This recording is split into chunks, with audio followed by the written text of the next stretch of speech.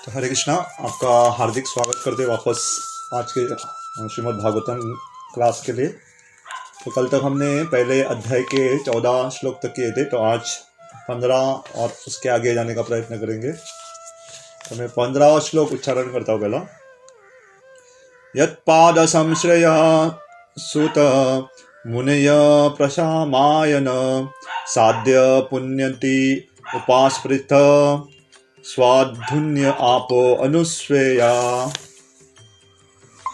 इसका यह whose पाद लोटस फीट संश्रय those who have taken shelter of Sutta or Sutta Goswami Muneya great sages Prashamayana absorbed in devotion to the Supreme Sadhya at once Punanti sanctify Upaspritaha simply by association Swadhuni of the sacred Ganges Apaha water Anusevaya bringing into use.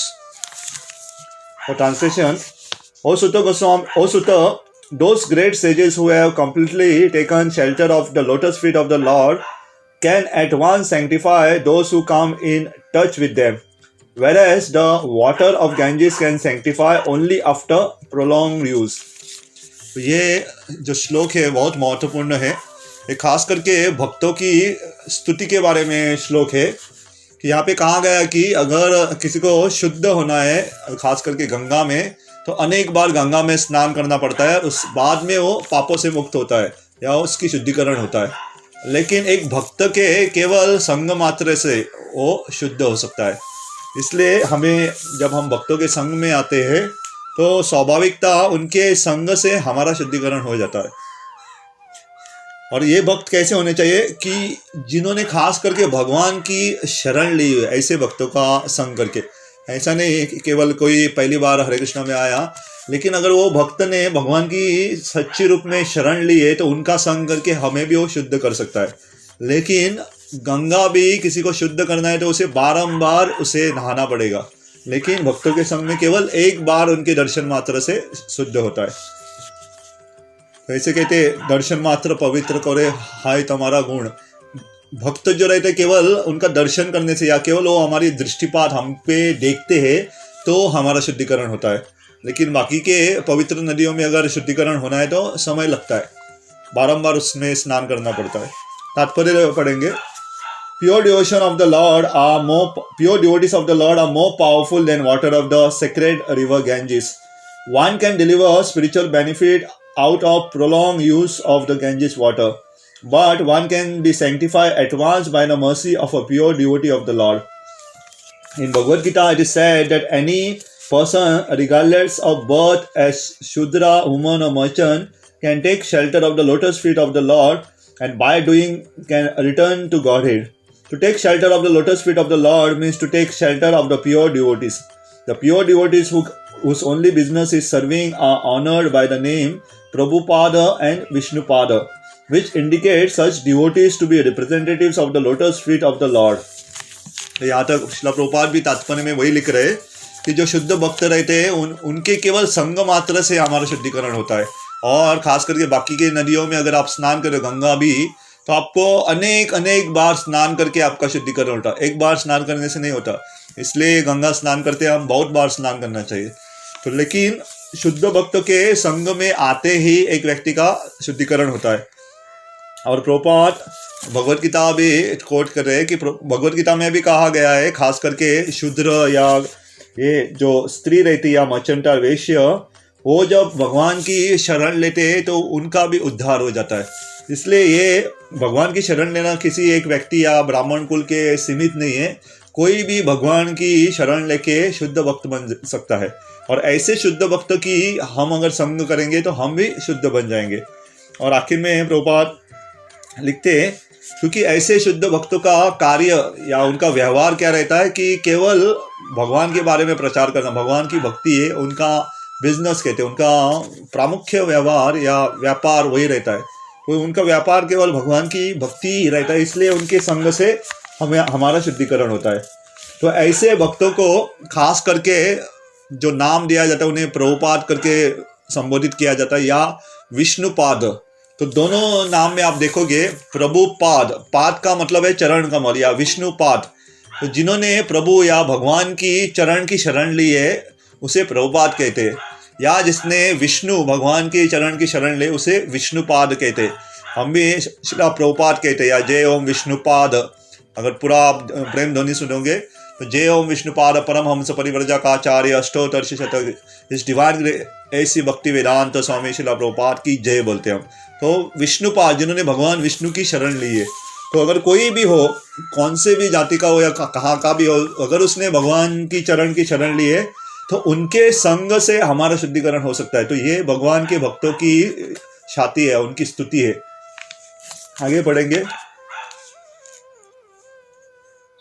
Anyone therefore who takes shelter of the lotus feet of a pure devotee by accepting the devotees of the Lord, by accepting the pure devotees as the spiritual master, can be at once purified.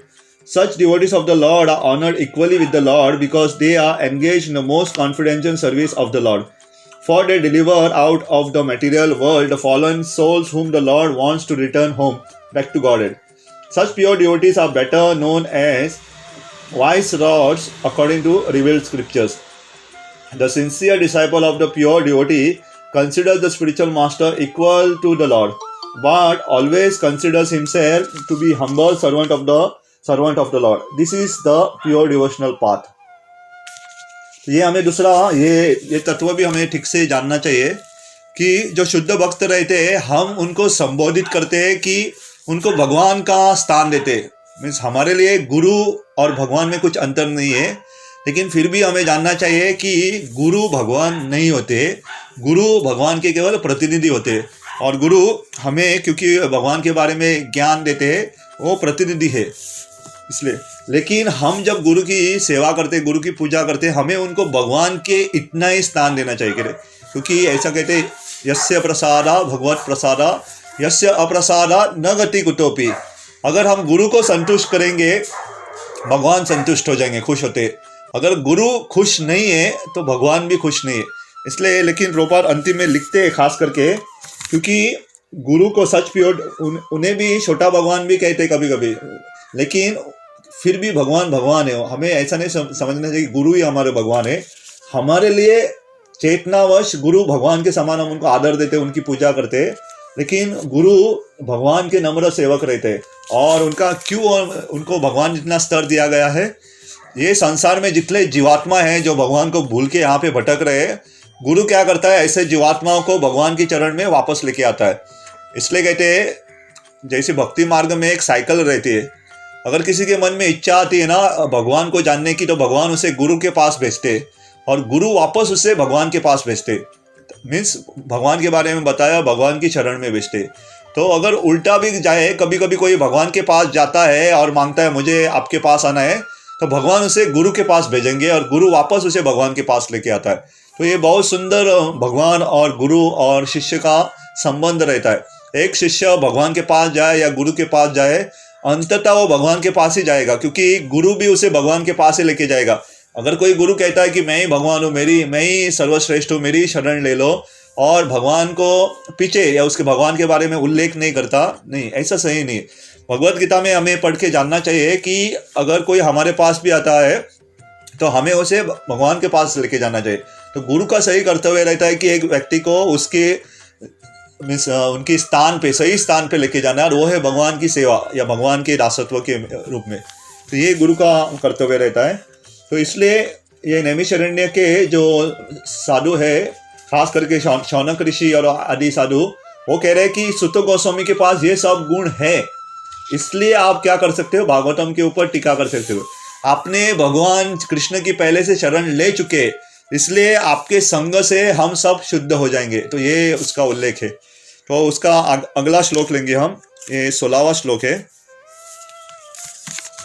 को वा भागवतस्तस्य पुण्य श्लोक ध्येया कर्मण शुद्धि कामो न शृणुयात् यस्य काली मलापहम कह हु वा rather Bhagavat of the Lord तस्य हिज पुण्य virtuous इलोका idya worshipable by prayers कर्मणः deeds शुद्धि कामः desiring deliverance from all sins न not शृण्यात् does hear यस्यः glories kali of the age of coral malapaham the agent for satisfaction. Translation: who is there desiring deliverance from the vices of age of coral, who is not willing to hear the virtuous glories of the Lord? तो ये प्रश्न पूछ रहे कि ऐसा कौन व्यक्ति है कि कलयुग के इसके कठोर प्रभाव से बाहर निकलने के लिए भगवान की शरण नहीं ले रहा है। तो इसे कहते हैं विपरात्मक प्रश्न, कि हम उल्टा प्रश्न पूछते कि ऐसा कौन व्यक्ति है कि जो भगवान की शरण नहीं लेना चाहता। अगर किसी को इस कलयुग के प्रभाव से बचना है, बाहर आना है, तो भगवान की शरण ले लो। तो रूप गोस्वामी भी ऐसा ही एक प्रश्न पूछते हैं, कहते सुंदर कहते कि भगवान एक लड़का है, कहते वो केशी घाट, वृंदावन में एक घाट है उसका नाम है केशी घाट, और यमुना के तट पे। तो अगर किसी को अपने बच्चों से, किसी को अपने परिवार से, किसी को अपने समाज से, किसी को अपने रिश्तेदारों से, अपने देश से, किसी से भी भौतिक वस्तुओं से प्रेम है, तो कहते हैं कि आप केशी घाट पे मत जाओ, क्योंकि यमुना के तट पे वहाँ पे एक लड़का खड़ा रहता है त्रिभंग रूप में। अगर उस लड़के को कोई देख लेगा तो सब आसक्ति भूल जाएगा, अपने परिवार को भूल जाएगा, अपने समाज को भूल जाएगा, अपने देश को भूल जाएगा। क्योंकि ये त्रिभंग ललित कौन है? गोविंद कृष्ण, भगवान कृष्ण केशी घाट के ऊपर त्रिभंग ललित रूप में खड़े हैं। अगर कोई भगवान कृष्ण को एक बार देख लेता है तो क्या होगा? उसकी बाकी वस्तुओं के प्रति जो आसक्ति है वो मिट जाएंगे। इसलिए वो कहते हैं कि आप मत जाओ। लेकिन ये विपरीत प्रश्न है, वो कह रहे हैं कि आप जाओ और भगवान कृष्ण को केशी घाट पे जाके देखो, ताकि आपकी आसक्ति जो है मुक्त हो जाए, आसक्ति टूट जाए। हम भी हाल ही में ये आसक्ति का नाम सुन के देहू में गए थे। तो देहू में भी जहाँ तुकाराम महाराज का स्थान है, वहाँ पे एक खास जगह है जहाँ पे कोई जाता है तो उसकी आसक्ति है वो टूट जाती है। अगर कोई देहू जा रहा है वापस और कोई जाके आया है तो मुझे बोलिएगा, मैं आपको एक स्थान बताऊंगा जहाँ जाने से आपकी जो आसक्ति है, भौतिक आसक्ति, वो टूट जाती है। तो हम आसक्ति के बारे में और एक मैं बताना चाहूँगा। कुंती महारानी भी अपनी प्रार्थनाओं में लिखती है, वो कहती है भगवान कृष्ण से मेरी जो आसक्ति है दोनों तरफ से, मेरे माँ की तरफ से और मेरे पिता की तरफ से, और या मेरे पति की तरफ से, दोनों तरफ से मेरी आसक्ति निकालो।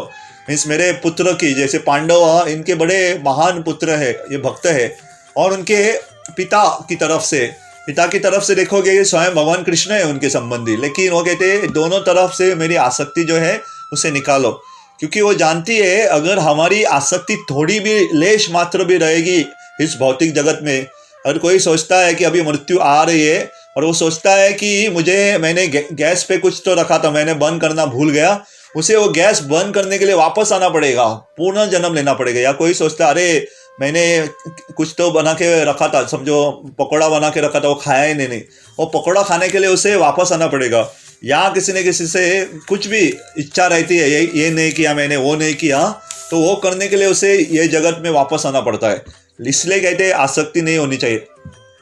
अगर खास करके जो कोई भी भक्त जब प्राण छोड़ने वाला रहता है उसे उसके इर्द गिर्द कीर्तन करते। मुझे याद है हमारे मुंबई में एक भक्त थे, वो जब ब्रह्मचारी थे पहले और बाद में वो गृहस्थ बने, लेकिन वो जब प्राण छोड़ने वाले थे, उनकी अंतिम दिन चल रहे थे, क्योंकि उनको बहुत कठोर या कैंसर हुआ था उनको और उनकी मृत्यु होने वाली थी। तो उनके गुरु ने आदेश किया कि उनकी पत्नी और ख़ास करके उनकी पुत्री, उनकी लड़की थी, उनको आखिरी दिनों में मत मिलो करके, क्योंकि आसक्ति इतनी सूक्ष्म रहती कि हमें बिना, अगर वो मरते वक्त सोच लेता है कि अरे मेरी पत्नी का क्या होगा, मेरी पुत्री का क्या होगा, आओ वापस और उनका देखभाल करो, वापस आना पड़ेगा। इसलिए जो सच्चा गुरु रहता है, जो आचार्य रहते हैं, उनको मालूम है कि आसक्ति को तोड़ना है। और गुरु का एक अर्थ ये भी रहता है, गुरु का अर्थ है बहुत भारी रहता है, हैवी। गुरु अपने वाणी से हमारी आसक्ति तोड़ता है, गुरु हमारे वचनों से हमें ज्ञान देके हमारी जो आसक्ति है तोड़ता है। इसका मतलब हमें उल्टा नहीं लेना है कि हमें परिवार की या हमारे बच्चों की या समाज की देखभाल नहीं करनी है, नहीं, ऐसा नहीं है। हमारे कर्तव्य जो है सब सही रूप से करने चाहिए। अगर आप माता पिता हो, अपने बच्चों का सही रूप से जितना अच्छा हो सके उसकी परवरिश कर सकते हैं। अगर आप समाज में रह रहे हो तो अपने समाज के रिश्तेदारों की जितना अच्छा हो सके उसका कार्य कर सकते हो। आप किसी कंपनी में काम कर रहे हो तो जितनी अच्छी तरीके से हम काम कर सकते हो उतनी अच्छी तरीके से कर सकते हो, लेकिन आसक्त नहीं होना चाहिए। गोवा में एक फल प्राप्त होता है, हमें नारियल देखा रहेगा, तो नारियल आप देखो, नारियल जब ये रहता है गीला रहता है तो उसका जो हार्ड कवर कट्टे बोलते हैं उससे आसक्त रहता है, लेकिन जैसे जैसे वो सूखता रहता है, नारियल सूखता रहता है, तो अपने आप अंदर से, हम खबरें बोलते हैं उसे, अपने आप वो छूट जाता है, आसक्ति उसकी छूट जाती है। तो वैसे ही हमारे भक्ति मार्ग में हमारी भक्ति इतनी बढ़नी चाहिए कि हम कार्य तो सब करेंगे लेकिन हमारी आसक्ति नहीं रहेगी, क्योंकि हम कुछ कभी कभी करते हैं, आसक्ति है तो मुझे डर लगता है। मैं पिछली बार जब शिवलिंग गया था मैंने एक उदाहरण दिया था कि बहुत सारे भक्त बैठे थे और बहुत नए लोग भी थे, तो मैंने ऐसे ही कह दिया कि अभी अभी मैंने प्रूडेंट मीडिया पे टीवी पे मैंने न्यूज़ पढ़ा है कि शिवलिंग सर्कल के पास जहाँ पे मैं प्रवचन दे रहा हूँ वहाँ पे एक गाड़ी है जिसका नंबर था GA019015, इसके ऊपर एक्सीडेंट होके उसकी गाड़ी की तहस नहस हो गई। तो मैंने सबसे पूछा ये समाचार सुन के किसी को कुछ फ़र्क पड़ा है क्या, तो सबने कहा कि नहीं, क्योंकि ये तो हमारी गाड़ी नहीं है। लेकिन मैंने कहा मुझे फ़र्क पड़ा क्योंकि वो गाड़ी मेरी थी। अगर किसकी गाड़ी है और वो आसक्त है तो उससे फ़र्क पड़ेगा, अगर आसक्त नहीं है तो कुछ फ़र्क नहीं पड़ेगा। इसलिए आसक्ति जो है सूक्ष्म रहती है, कभी कभी पता नहीं चलती जब तक हम सही रूप से अनुभव नहीं करते। इसलिए भगवान कहते हैं कि कार्य करो, अपने जो भी कार्य है करो, लेकिन आसक्त मत रहो। तात्पर्य पढ़ेंगे। The age of Kali is the most condemned age due to its quarrelsome feature. Kali Yuga is so saturated with vicious habit that there is a great fight at the slightest misunderstanding. Those who are engaged in the pure devotional service of the Lord, who are without any desire for self-aggrandizement and who are freed from the effects of fruitive actions and dry speculative speculation, are capable of getting out of the estrangements of this complicated age. The leaders of the people are very much anxious to live in peace and friendship, but they have no information of the simple method of hearing the glories of the Lord. तो लोग अनेक अनेक शांति का प्रयोग करते हैं, लेकिन भागवतम उसका सादा उपाय देते। क्या करना चाहिए? केवल भगवान की स्तुति सुनो, भगवान की कथा सुनो। तो कलयुग में श्रील प्रभुपाद सबसे शुरुआत में लिखते हैं कि कलयुग में लोग झगड़ने के लिए तैयार ही रहते हैं। छोटा कुछ हो गया तो पूरी उनकी तलवार तैयारी रहती है कि गला काट दो करके। तो कली का अर्थ, कली युग हम कहते हैं, कली का दो अर्थ है। कली का मतलब, कलह का मतलब है झगड़ा, आप झगड़ा करना। तो कलयुग के दो गुण हैं, लोग झगड़ते हैं, और दूसरा है कलयुग में लोग किसी के ऊपर खास करके विश्वास भी नहीं रखते। तो ये विश्वास रखना और झगड़ा करना ये कलयुग की आपका हानि है। तो प्रभुपाद लिखते हैं, लेकिन अगर कोई इस भौतिक आसक्ति से मुक्त है तो ये इस प्रभाव, कलयुग के प्रभाव में नहीं आता है।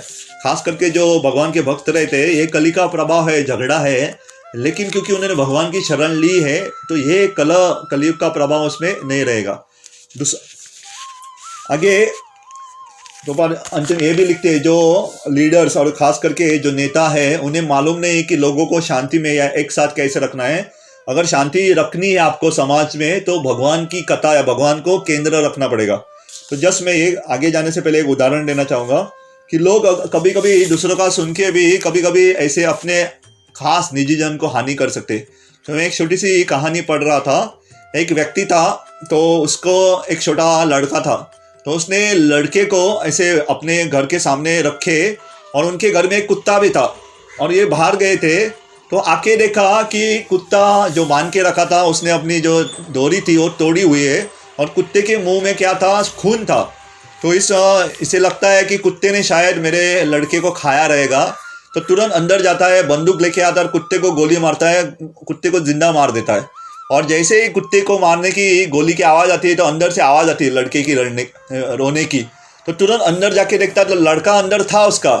तो हुआ क्या था कि जब ये बाहर गए थे तो उनके बगीचे में सामने एक सांप आया था, तो कुत्ते ने उस सांप को मारा था और जो लड़का था उसे अंदर लेके रखा था।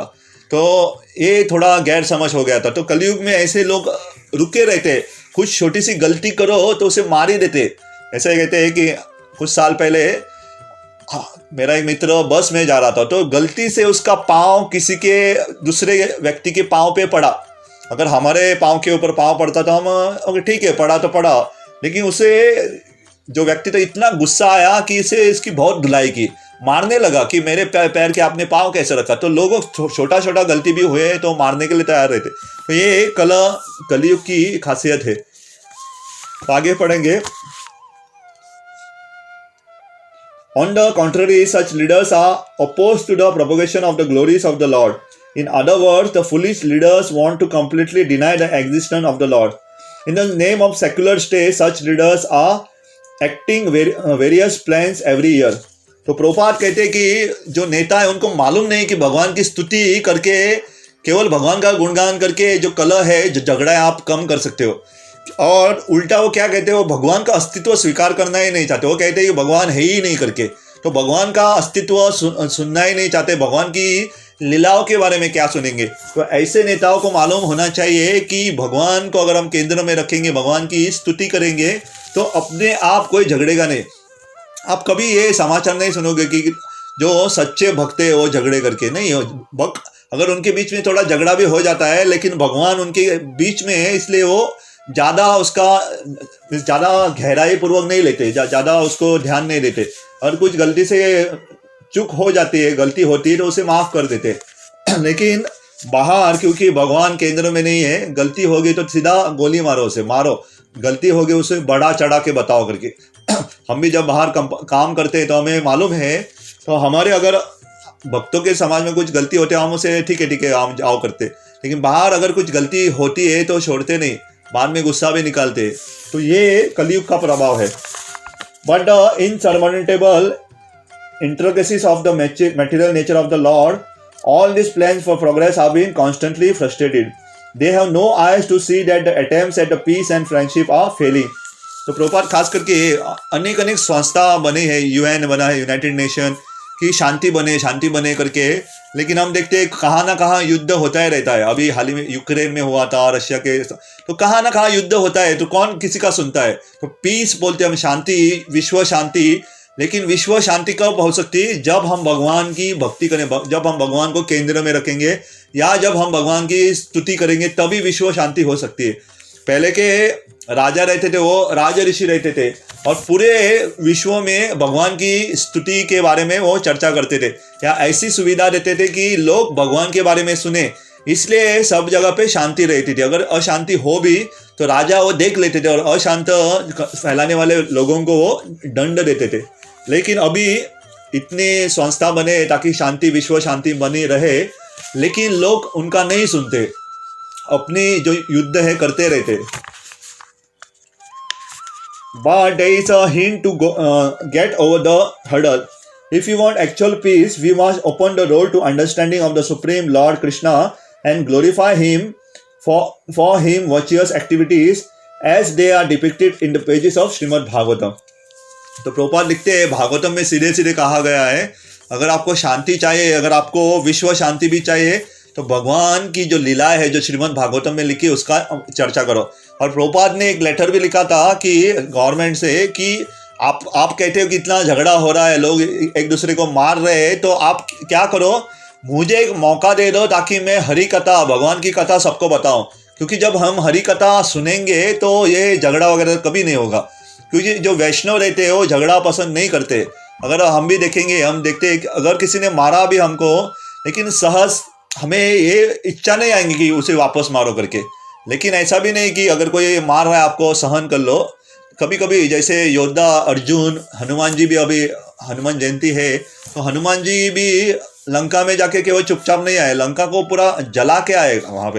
और हनुमान जी भी, और ये भक्तों को खास करके भगवान की अगर कोई निंदा कर रहा है या भक्तों की निंदा कर रहा है तो सुनना नहीं चाहिए, उसे प्रतिकार कर सकते हैं, लेकिन हमारे स्तर पे हमें नहीं करना चाहिए। क्योंकि हमारा हनुमान जी या अर्जुन इतना स्तर नहीं है कि हम मार खा के भी वापस आ सकते। लेकिन हनुमान जी में इतने बलशाली थे कि पूरी लंका को जला के आए।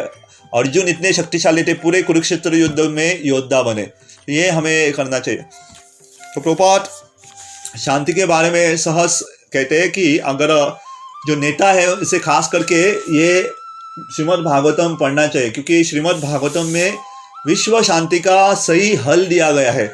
और जो हमारे ऋषि मुनि हैं वो जानते हैं कि सही रूप से कैसे हम शांत या कैसे इस कलयुग के प्रभाव से हम बच सकते हैं।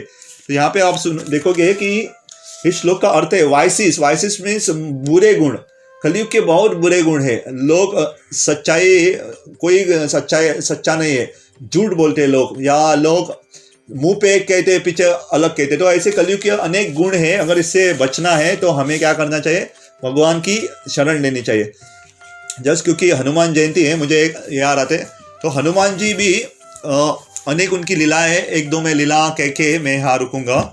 खास करके हनुमान जी के राम सेतु बनते हुए एक सुंदर लीला हुई थी, जहाँ पे प्रभु रामचंद्र ने दिखाया कि जो कोई भी मेरी सेवा करता है ना, वो बहुत महत्वपूर्ण है। अगर सेवा छोटी या बड़ी नहीं होता, सेवा सेवा होती है। सेवा में जिस चेतना से हम करते हैं वो ज़्यादा महत्वपूर्ण है कि कितना कर रहे हैं। कितना सेवा करे इतना महत्वपूर्ण नहीं है, किस चेतना से करे वो ज़्यादा महत्वपूर्ण है। तो हनुमान जी जब राम सेतु बन रहा था तो हनुमान जी बड़े बड़े पर्वत को लेके, बड़े बड़े पहाड़ को लेके आ रहे थे और जो राम सेतु उसमें मदद कर रहे, सेतु में डाल रहे थे। और वहाँ पे एक छोटी सी मकड़ी, अनेक बार मकड़ी का भी उदाहरण है और शास्त्रों में गिलहरी या चानी बोलते हैं उसे, दोनों का उदाहरण है। तो ये छोटी जो मकड़ी थी वो भी अपने प्रयत्न कर रही थी, अपने पैरों से थोड़ा थोड़ा रेती है जाके सेतु पे डालती थी। तो हनुमान जी बोले, अरे ए मकड़ी, आप ऐसा बीच में मत नाचो, मेरे पैरों के नीचे आओगे तो क्या हो जाएगा, आप मर जाओगे करके। तो राम जी ने देखा कि हनुमान जी उसे डांट रहे, दोनों को बुलाया और कहने लगे कि जितना आप मेरे लिए प्रिय हो, इतने बड़े बड़े पर्वत ला रहे हो, उतनी ही प्रिय ये मकड़ी है, क्योंकि वो अपना प्रयत्न करे। तो हमारी क्षमता से जितना हो सके हमें करना चाहिए। अगर ये हमारी क्षमता एक मकड़ी जितनी है, एक गिलहरी इतनी है, तो उतना ही कर सकते हैं। जितना हमसे हो सके उतना करना चाहिए। हमारी क्षमता भीम या हनुमान जितनी है, बड़ा कुछ कार्य कर सकते हैं तो बड़ा कार्य कर सकते हैं। अगर आपकी क्षमता हनुमान जितनी है या और आप गिलहरी इतना ही काम कर रहे हो तो सही नहीं है। जितनी आपकी क्षमता है, और भगवान और गुरु की कृपा से हमारी क्षमता से ज़्यादा भी कभी कभी हम कार्य करते। तो ये यहाँ पे प्रभु रामचंद्र हमें सिखा रहे हैं कि सेवा करनी बहुत महत्वपूर्ण है, और खास करके सेवा का उद्देश्य रहता है भगवान को संतुष्ट करना। तो राम ने हमें सिखाया, प्रभु राम ने, कि मकड़ी हो, गिलहरी हो या हनुमान हो, अगर आप मेरी सेवा कर रहे हो, आप मेरे लिए प्रिय हो, तो हमें नहीं सोचना है मैं तो केवल फूलों की माला बनाती हूँ कभी कभी, या तो मैं केवल मंदिर में जाके बैठ के प्रवचन सुनती हूँ, या तो मैं केवल भगवान का प्रसाद लेता हूँ, या मैं कभी कभी मंदिर में जाके झाड़ू मारता हूँ। तो कौन सी भी सेवा बड़ी नहीं है, और कौन सी भी, या किसी को ये नहीं सोचना है मैं प्रवचन देता हूँ इसलिए मैं बहुत बड़ा प्रचारक हूँ तो मैं बहुत बड़ा भक्त हूँ। ऐसा नहीं है, वो भी एक सेवा है। और मंदिर में झाड़ू मारना वो भी एक सेवा है। कभी कभी प्रचारक अगर कुछ बोल रहा है तो उसे गर्व आ सकता है, लेकिन नम्रतापूर्वक अगर कोई झाड़ू मार रहा है तो उसकी प्रगति ज़्यादा हो सकती है। और मैं एक आखिरी एक छोटी सी लीला बता के मैं रुकूंगा। हमारे मुंबई मंदिर में एक भक्त है, एक ब्रह्मचारी भक्त है, तो एक उदाहरण दे रहे थे खास करके जपा के बारे में। तो वो कह रहे थे कि उनके मंदिर में एक उन्होंने हादसा देखा। हादसा का मतलब एक उन्होंने चीज़ देखी कि एक भक्त था, 2 घंटे तक हम माला करते, नाम स्मरण करते, तो ये भक्त 2 घंटे नाम स्मरण में पूरे 2 घंटे के 2 घंटे सोया था। केवल एक मंत्र बीच में उसने उठ के क्या किया था, हरे कृष्णा कृष्णा कृष्णा हरे हरे, हरे राम राम राम हरे हरे, एक ही मंत्र ठीक से बोला था, बाकी सब सोया 2 घंटा। और उसके बाजू में और एक भक्त था जो पूरा ऐसा सीधा बैठा हुआ है और पूरा ध्यान लगा के माला कर रहा है, हरे कृष्णा कृष्णा कृष्णा हरे हरे, हरे राम राम राम हरे हरे। तो उन्होंने सुंदर उपमा दी, हम कह नहीं सकते कि भगवान किसकी जपा से खुश है। जो व्यक्ति 2 घंटा सोया है और केवल एक मंत्र उसने जाग के किया है, या जो व्यक्ति पूरे 2 घंटे जागा है, पूरी उसकी जो उसकी पीठ है पूरी सीधी है, पूरा योगी की तरह बैठ के नाम स्मरण कर रहा है, किससे खुश है नहीं कह सकते। ऐसा हो सकता अगर वो व्यक्ति जो 2 घंटे नाम स्मरण सुन के किया उसने, अगर उसके मन में थोड़ा सोच रहा है, अरे वो देख 2 घंटा सो रहा है और मैं यहाँ पे देखो कितना अच्छा जपा कर रहा, तो अहंकार है, भगवान उससे खुश नहीं होंगे। तो उसकी 2 घंटे की जपा केवल एक विचार से उसकी हानि हो जाएगी। लेकिन जो दूसरा व्यक्ति है, एक ही मंत्र उसने ठीक से किया और वो सोच रहा, अरे मैं कितना पापी हूँ, मैं 2 घंटा सोया और केवल एक ही मंत्र मैंने किया, और भगवान से क्षमा मांगता है, तो भगवान उसके केवल एक मंत्र से भी खुश हो सकते हैं। इसलिए भगवान का नाम है भावग्राही जनार्दन। भगवान हमारी भावना देखता है। अगर हमको अहंकार है, अगर हम ईर्ष्या है, गुस्से से ऐसी भक्ति करते हैं, तो भगवान कहते हैं ठीक है, ऐसे तो बहुत भक्त पड़े, ऐसे बहुत लोग हैं, आपको मैं क्यों भक्ति प्रदान करूं। इसलिए हमारी जो चेतना है, हम किस तरह से सोचते हैं, वो ज़्यादा महत्वपूर्ण है। तो इसका मतलब ये नहीं कि हमें 2 घंटा सो के जपा करना है एक ही मंत्र, नहीं, ये केवल एक उदाहरण है। जितना हो सके हमें जाप के ध्यानपूर्वक भगवान को नाम सुनने का प्रयत्न करना चाहिए। तो उससे भी भगवान संतुष्ट होते कि हम प्रयत्न कर रहे हैं, हम भगवान को दिखा रहे हैं कि मेरी इच्छा है, मैं सुनने का प्रयत्न कर रहा हूँ करके। तो यहाँ उद्देश्य क्या है, भगवान को संतुष्ट करना। तो ऑलरेडी मुझे लगता है समय होके गया है, तो हम यहाँ पे रुकेंगे और